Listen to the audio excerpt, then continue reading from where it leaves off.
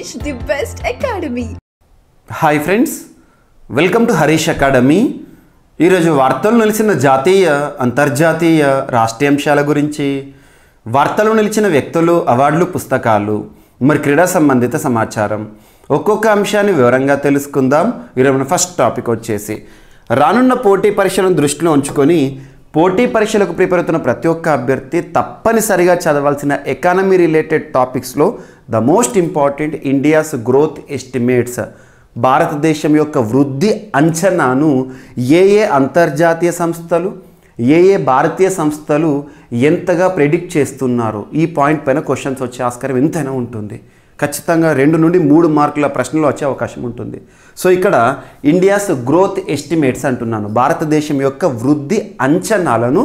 ఉదాహరణ తీసుకుంటే అంతర్జాతీయ సంస్థలు అంటే economy related IMF, international monetary fund కానివ్వండి, వరల్డ్ బ్యాంక్ కానివ్వండి, UNCTAD వారు కానివ్వండి, ఇలాంటి సంస్థలు. అదే భారతీయ సంస్థలు అంటే భారతదేశంలో బ్యాంకింగ్ రంగానికి సంబంధించి అత్యున్నత సంస్థ అయిన RBI కానీ, పబ్లిక్ సెక్టార్కి సంబంధించి అతిపెద్ద బ్యాంక్ అయిన SBI కానివ్వండి, ఇటువంటి సంస్థలు. మరియు ఇండియన్ ఎకనామిక్ సర్వే ఆధారంగా కానివ్వండి, భారతదేశం యొక్క వృద్ధిని ఏ విధంగా అంచనా వేస్తున్నారు, డైరెక్ట్ ఆ గణాంకాలు గుర్తుంచుకోండి సరిపోతుంది. కొంత కన్ఫ్యూజింగ్గా ఉంటుంది, 2-3 సార్లు మీరు రివైజ్ చేస్తూ ఉండండి, సులభంగా గుర్తుంటుంది, ఎగ్జామినేషన్లో గుర్తుపట్టగలుగుతాము. సో ఈరోజు అలాంటి అంశమే మన first topic, India's growth estimates, భారతదేశానికి సంబంధించి వృద్ధి రేటును IMF ఏ విధంగా అంచనా వేస్తూ చెప్తోంది. ఈ విధంగా చూద్దాము. IMF అంటే ఏంటి? International monetary fund. International monetary fund తెలుగులో ఏమంటాము? అంతర్జాతీయ ద్రవ్యనిధి అంటాము. మరి IMF యొక్క హెడ్ క్వార్టర్ కొన్ని అంతర్జాతీయ సంస్థలు, ప్రముఖ సంస్థల వార్తలోకి వస్తే ప్రధాన కేంద్రాన్ని పైన చూడాల్సిందే. ప్రధాన కేంద్రం ఎక్కడ అంటే వాషింగ్టన్ DC అంటే USA, అమెరికా కేంద్రంగా పనిచేస్తున్న ఇంటర్నేషనల్ మానిటరీ ఫండ్ వారు భారతదేశం యొక్క వృద్ధిని ఏ విధంగా అంచనా వేస్తున్నారు, గతంతో పోలిస్తే ఎంతగా తక్కువగా అంచనా వేస్తున్నారు, ఎంత పెంచి అంచనా వేస్తున్నారు, ఇటువంటి వాటిపైన ఏ విధంగా పెంచారు, ఎంతగా తగ్గించారు, ఇటువంటివి. సో ఇక్కడ చూడండి, భారతదేశం యొక్క వృద్ధి అట 2023 సంవత్సరంలో 6.1%గా ఉంటుంది అని ఎవరు చెప్తున్నారు? IMF వారు. సో ఈ పాయింట్ మనకి ఇంపార్టెంట్, ఎగ్జామినేషన్లో దీనిపైన క్వశ్చన్ చేస్తారు. ఓకేనా?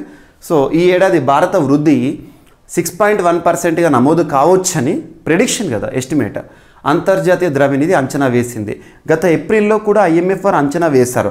అప్పటితో పోలిస్తే 0.2% ఎక్కువ కావడం విశేషం అంట.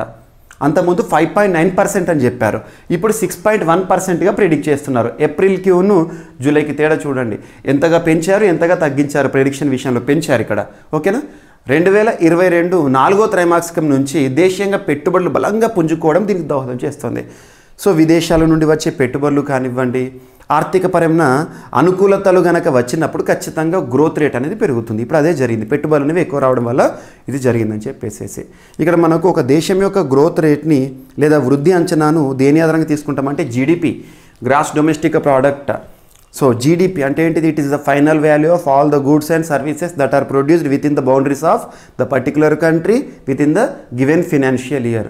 ఒక ఆర్థిక సంవత్సరంలో ఒక దేశం యొక్క భౌగోళిక పరిస్థితుల లోపల, ఒక దేశం యొక్క భౌగోళిక ప్రాంతం లోపల ఉత్పత్తి అవుతున్న అంతిమ వస్తు సేవల విలువనే GDP అంటాం. దీన్ని మనం వృద్ధి అంచనాకు పరిగణించడం జరుగుతుంది. సో ఇప్పుడు అదే జరుగుతుంది చూడండి ఇక్కడ. And next world economic outlook ఇటీవల వీరు విడుదల చేశారు. ఎవరు విడుదల చేశారు? IMF వారు విడుదల చేసిన వరల్డ్ ఎకనామిక్ అవుట్లుక్ పేరుతో తాజా నివేదికను IMF వెలువరించింది.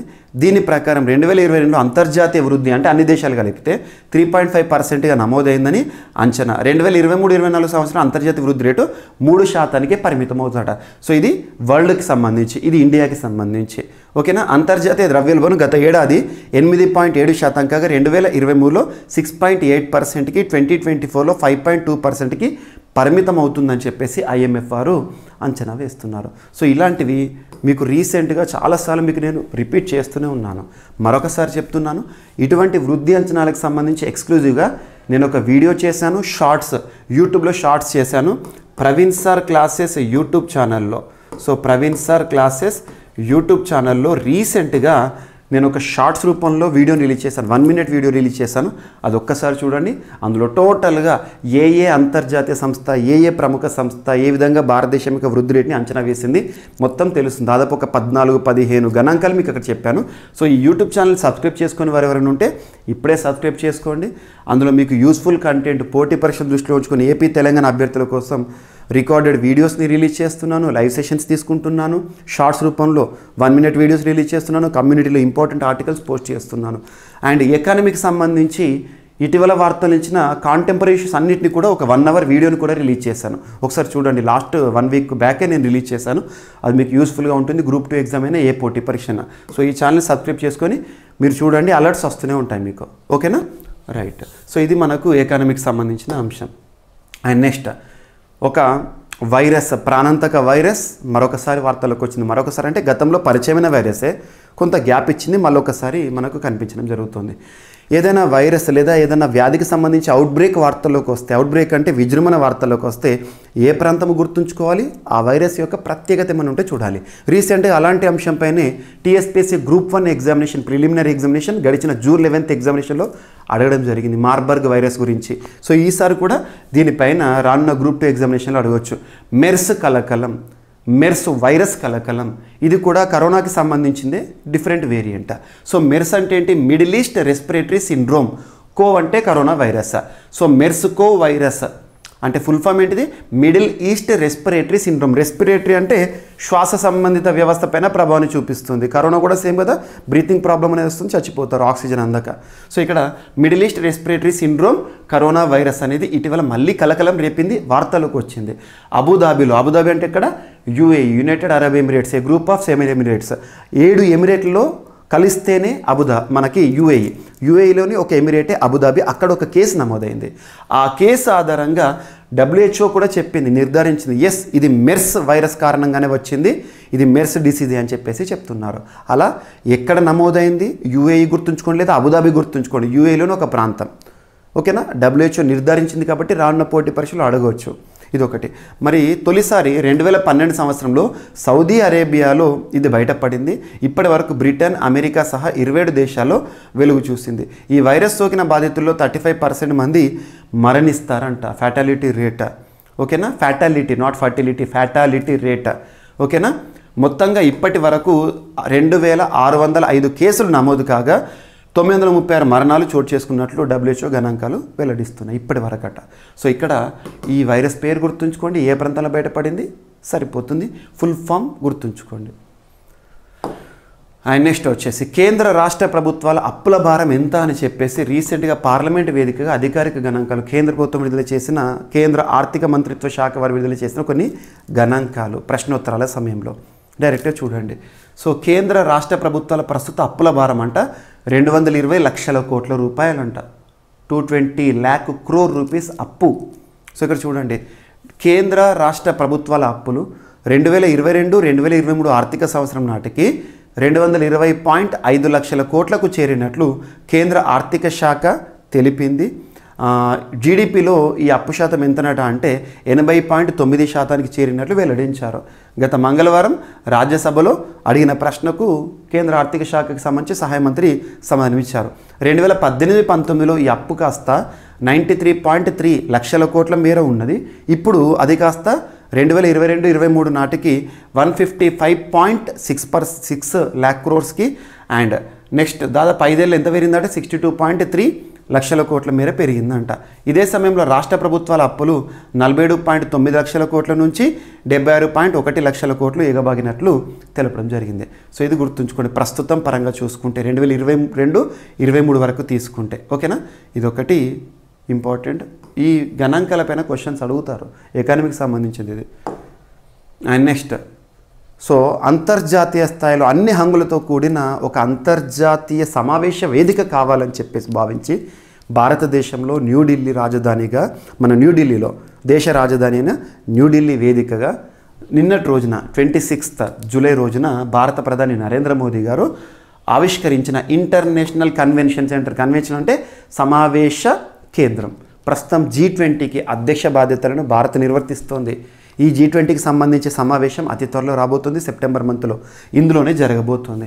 మరి అధునాతన సౌకర్యాలతో కూడిన ఇంటర్నేషనల్ కన్వెన్షన్ సెంటర్ ఏదైతే ఉంటుందో ఇందులో ప్రపంచ స్థాయిలో గుర్తింపు పొందిన సమావేశాలు జరుగుతాయి. సో ఇక్కడ దీని యొక్క ప్రత్యేకతలు ఏంటంటే భారతదేశంలోనే అతిపెద్ద సాంప్రదాయ వేదిక కన్వెన్షనల్ సెంటర్ ఇది. ప్రపంచంలోని టాప్ 10 ప్రదర్శనలో ఒకటి. అండ్ ఫ్రాంక్ఫర్ట్ అండ్ షాంఘై వంటి సమావేశ సముదాయాలు ఇవి.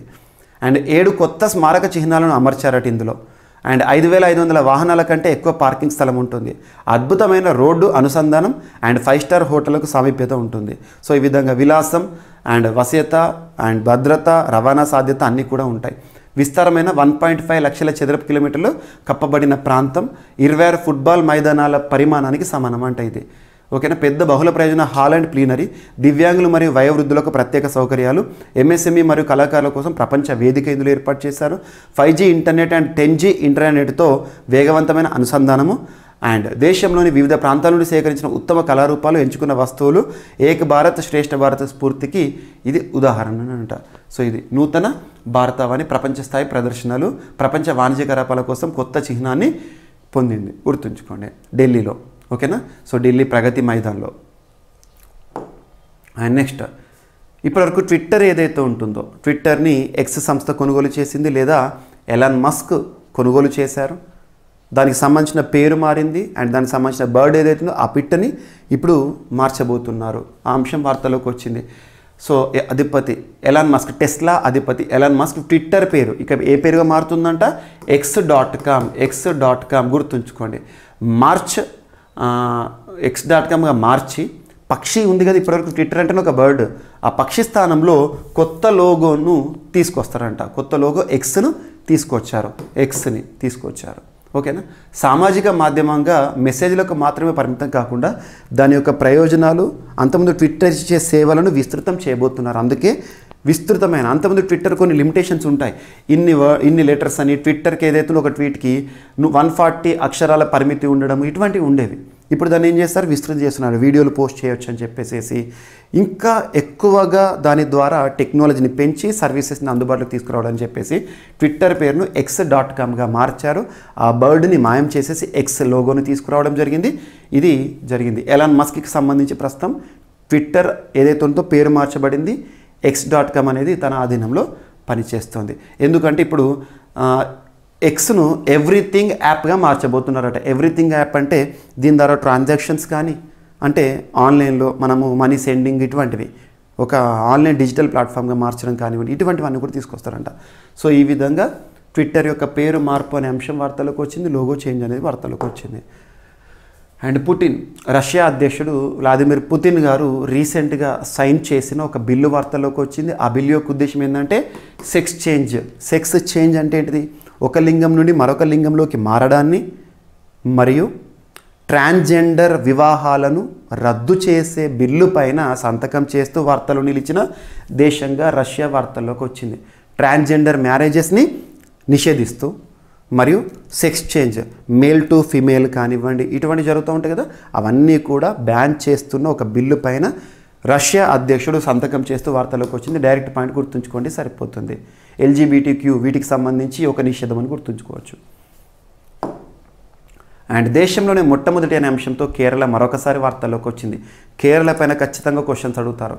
కేరళ రాష్ట్రానికి సంబంధించి రానున్న రోజుల్లో 1 లేదా 2 ప్రశ్నలు అడుగుతారు. రీసెంట్గా స్టేట్ సిరీస్లో భాగంగా కేరళ, కర్ణాటక, తెలంగాణ ఈ రాష్ట్రాలకి సంబంధించిన సమాచారాలను పూర్తి సమాచారాన్ని మీకు ప్రవీణ్ సార్ క్లాసెస్ యూట్యూబ్ ఛానల్లో తీసుకొచ్చాను.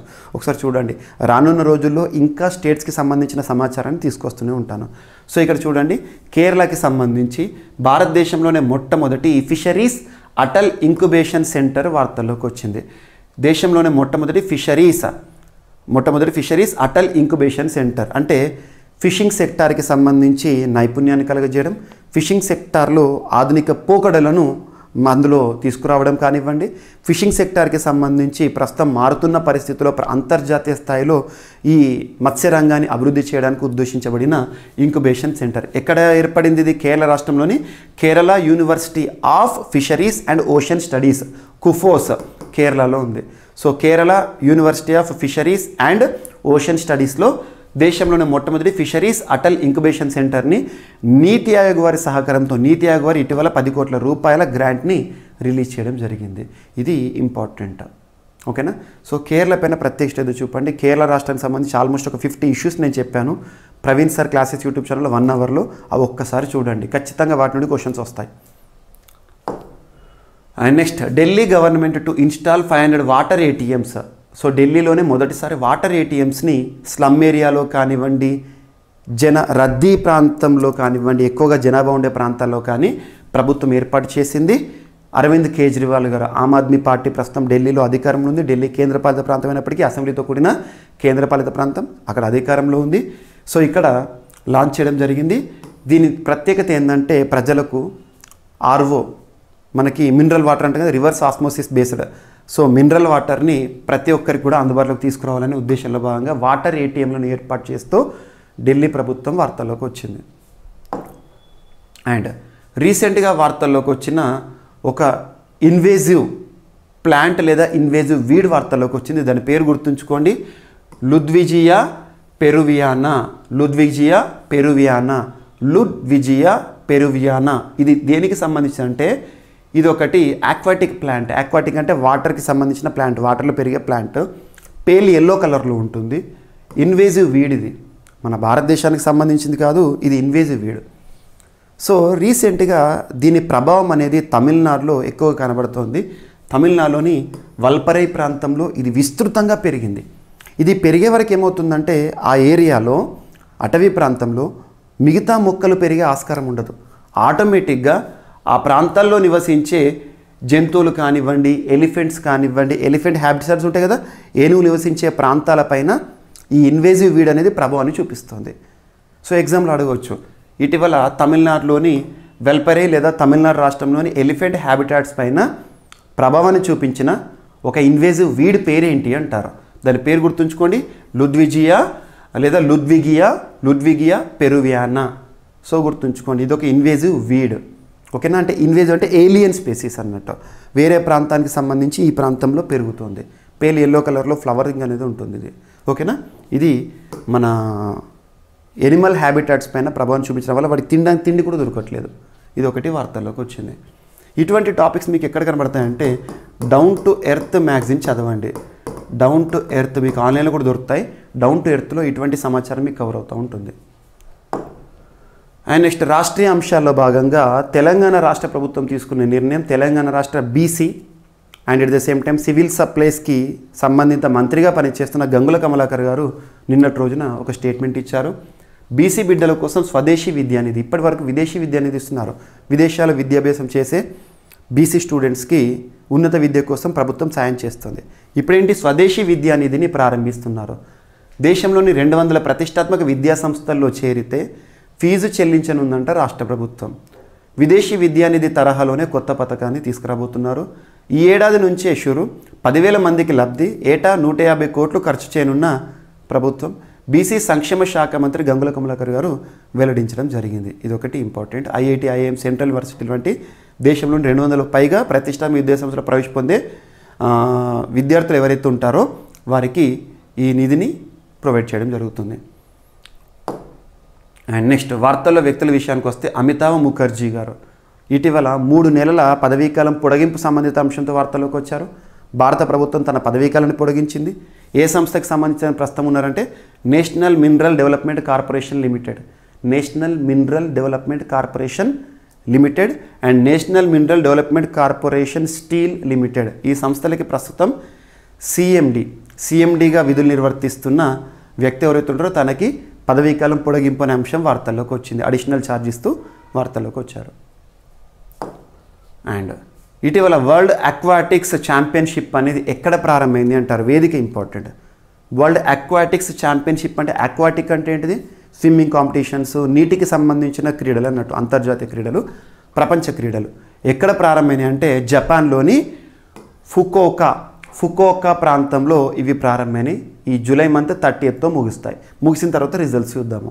సో వరల్డ్ అక్వాటిక్స్ ఛాంపియన్షిప్ వేదిక ఏంటో గుర్తుంచుకోండి ప్రస్తుతానికి.